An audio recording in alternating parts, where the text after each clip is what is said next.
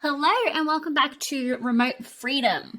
If you saw my first video, you would know that I am attempting to work two full-time jobs at the same time in order to hopefully set myself up and my husband financially for the future.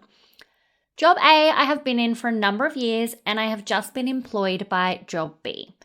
I've taken time off, 2 weeks off from Job A while I begin Job B in order to go through the onboarding process and get into the job a bit. We are now at the end of week 1 and I have some thoughts and some things that I think are going to work well, and I also have some concerns moving forward. So let's start with the positives and concerns for Job A. So Job A is a sales job. Positives, I make my own client contact hours, including scheduling meetings whenever it works for me. I've been doing this job for a few years, so I'm relatively adept and know pretty much what it is that I'm doing. There isn't a lot of micromanaging from my boss. He pretty much lets me do what I need to do in order to get the job done without kind of asking too many questions, and doesn't really check up too much. And it doesn't take up the entire work day. So I've figured that out over the last few years. It definitely does not take me an entire work day in order to complete everything that I need to do for this job. Some of my concerns for Job A, I sometimes need to physically visit clients. That might be a little bit of a concern when I should, or when the other job might want me tied to my desk a little bit more.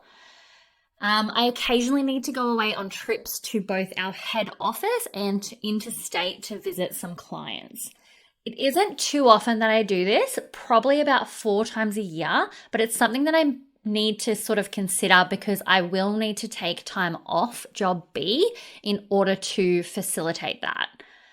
And then my last concern is that I sometimes need to drop off materials to clients. So again, it's that I can't necessarily be tied to my desk at Job B. That leads me into my concerns for Job B. The first one is we have daily morning meetings, which is fine because it doesn't necessarily interfere too much with Job A, but it also means that I can't schedule morning meetings for Job A, which won't necessarily be too much of a concern, but it's something to think about.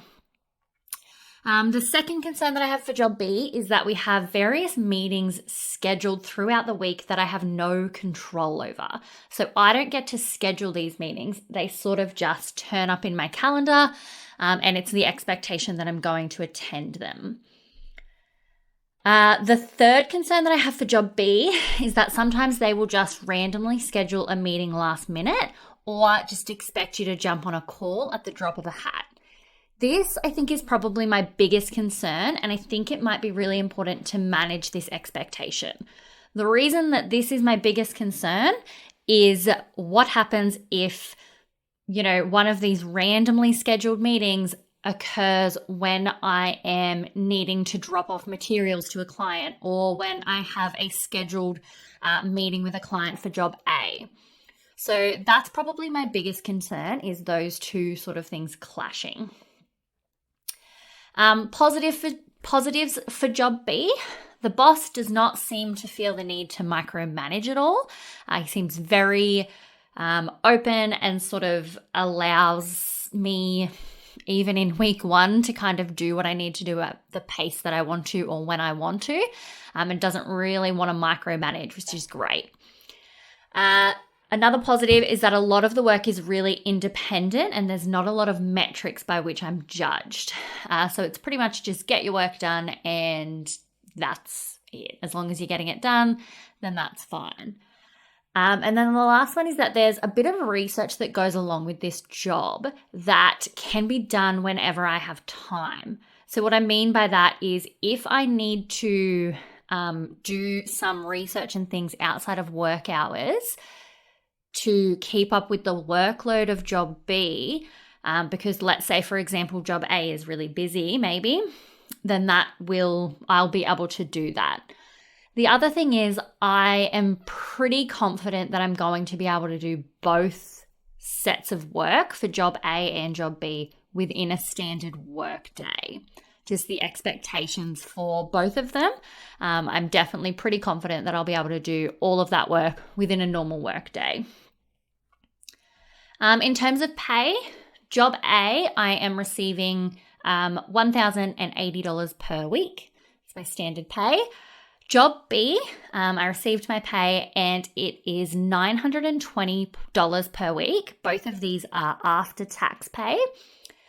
So job B I set as do not claim the tax-free threshold, which is why I'm getting taxed a little bit more from them, which I don't want to change that because when it comes tax time, I am potentially going to get a bill anyway, but I'm hoping that it won't be too big of a bill. So I won't be changing that. So this week, that means that I have already saved $1,200. I'm feeling relatively positive about week 1 and feel pretty confident that I have the capacity to manage and complete all of the required work for both jobs within a standard work day. I think the trickiest element is going to be manage the meeting expectations and the meeting situation. So I still have one more week off job A before I jump into both full-time jobs the week after. So wish me luck with that. If you want to follow along, make sure you hit the subscribe button. And if you have any questions for me, just leave them in a comment below. But with all that said, I will see you at the end of next week for another update.